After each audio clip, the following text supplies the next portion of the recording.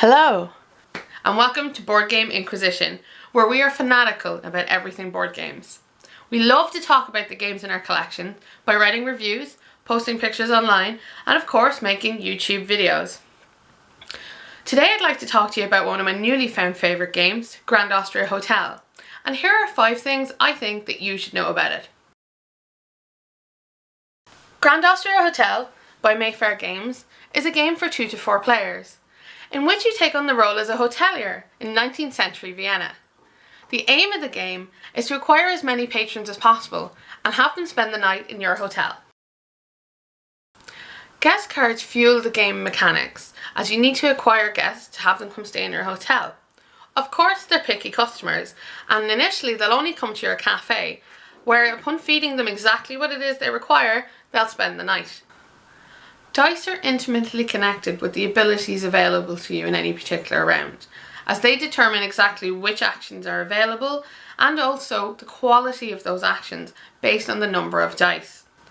Of course, getting the most points wins you the game, but Grand Austria Hotel has a mini victory track that runs throughout the game that's not just tallied at the end.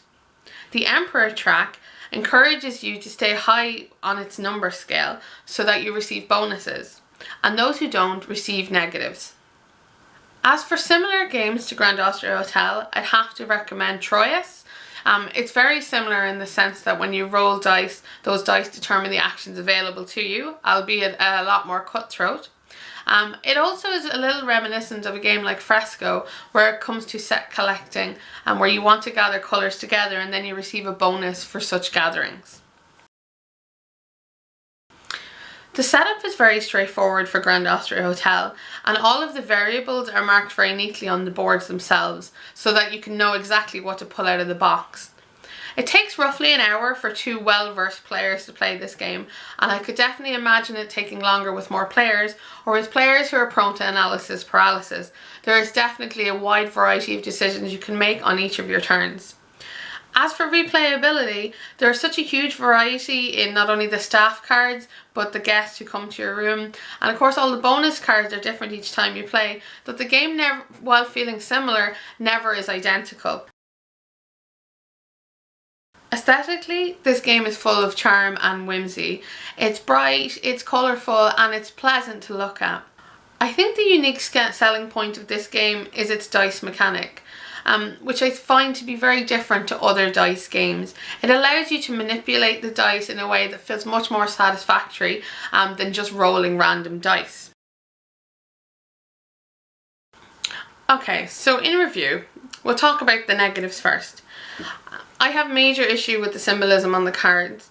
I still have to use the rulebook to check every single card while playing it, and I have played this game a number of times. And even when you feel like you might know what it is, you can never be truly certain, so you always have to look it up. And I really feel like this disrupts gameplay entirely by having to spend your time in the rulebook. What's worse is there's space on the card where they could have actually typed what the card did instead of adding these intricate symbols. My second issue is less fundamental, and it's to do with the hotel board itself. Firstly, the token you're given to mark your money on your money grid is far too large. It's very difficult to tell exactly how much money you have. Secondly, your guest cards, when you acquire them to your coffee shop, go underneath your tables as opposed to above them like they do on the previous board, which seems really unfair. And thirdly, the entranceway to your hotel on your board is chopped off entirely from the side. And in a game where you're running a hotel, you kind of want to be able to see all of your hotel, and there's no entranceway available. There's no grandioseness that all of the other boards have. I really feel like the hotel board was just kind of jammed together in a very small amount of space. Now, despite all these things, I still love this game.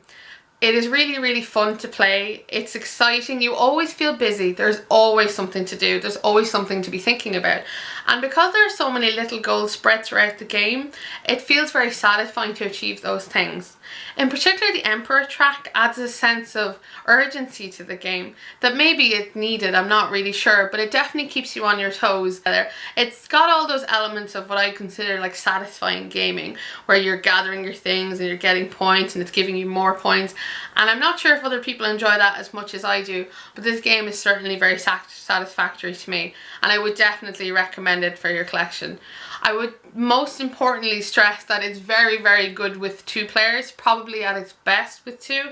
I think you could play it with more, but they would have to be efficient players, and definitely those that can make decisions quickly. I hope you enjoyed this video. Thanks for watching. Please leave comments. I love comments. I would love some constructive criticism, please.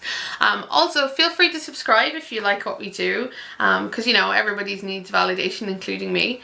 And for the rest of the time, I'll be here playing games, asking questions, and hopefully bringing you more opinions on the games we have in our collection soon.